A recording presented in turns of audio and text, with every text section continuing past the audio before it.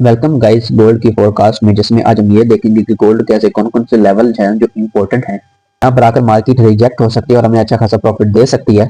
चलो स्टार्ट करते हैं। तो सबसे पहले हम अपने जो बायर्स हैं वो क्लियर कर लेते हैं। डेली टाइम फ्रेम पे मैं आ चुका हूँ। आप कंप्लीटली देख लेंगे डेली टाइम फ्रेम पे मार्केट जो है वो गोल्ड की आज उसने फिर से एक दफा जो अपना ऑल टाइम हाई था उसको क्रॉस कर दिया है। अब जो गोल्ड है वो अपने ऑल टाइम हाई पे है और ये कहीं भी जा सकता है और ज्यादा ऊपर जा सकता है या यहीं पे स्टॉप हो सकता है। चले हम जो है वो थोड़ा सा नीचे आकर देखते हैं छोटे टाइम फ्रेम पे कि गोल्ड की क्या कंडीशन है, कहाँ पर हमें एंट्री मिल सकती है, कहाँ पर नहीं।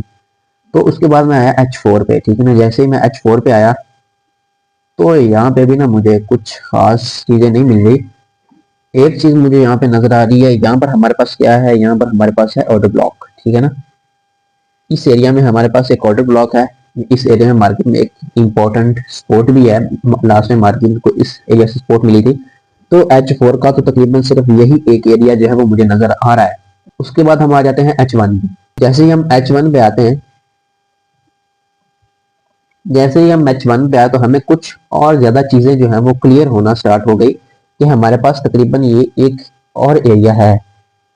ये हमारे पास एक और एरिया है जो मार्केट में एज अ सपोर्ट रेजिस्टेंस था, लेकिन अब ये टूट चुका है। तो ये एज अ सपोर्ट वर्क कर रहा है। अब अगर मार्केट आकर रिटेस्ट करके अगर ऊपर जाने की कोशिश करती है तो हम जो है वो अपना प्लान कर सकते हैं बाय की ट्रेड का, अपने रिस्क मैनेज करके। जरूरी नहीं है कि ऐसा ही हो। मार्केट अगर मार्केट इसको ब्रेक कर देती है तो फिर अगर रिटेस्ट करके अगर मार्केट नीचे की तरफ रैली करती है तो फिर हम जो है वो एंट्री लेने का सोच सकते हैं। वैसे ये मार्केट जो है वो गोल्ड की ऊपर ऊपर जा रही है, अपने ऑल टाइम हाई को डेली बेस पे ये क्रॉस कर रही है। तो अभी मैं तो यही कहूंगा कि सेल की जो एंट्री है ना वो ना लें, आप बिल्कुल भी ना लें। ठीक है ना।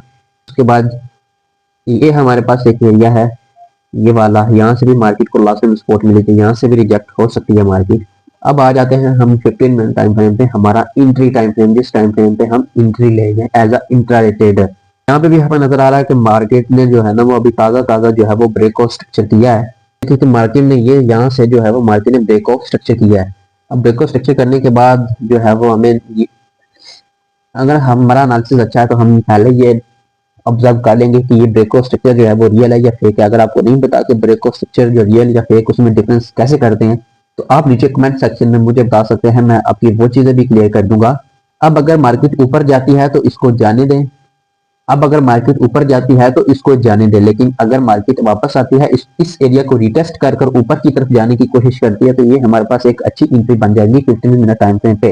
तो ये था गोल्ड का जो एनालिसिस। आपने अपनी मर्जी से जो है ना अपनी एंट्रीज को प्लान करना है देख कर। ये कोई बाइंग या सेलिंग सिग्नल नहीं है, आपने खुद का एनालिसिस करना है। और साथ में अगर आप खुद सेटिस्फाई हो कि यहाँ पर मुझे ट्रेड करनी चाहिए तभी आपने मार्केट में एंटर होना है, वरना नहीं होना। मिलते हैं अगली फोरकास्ट में। अल्लाह हाफिज।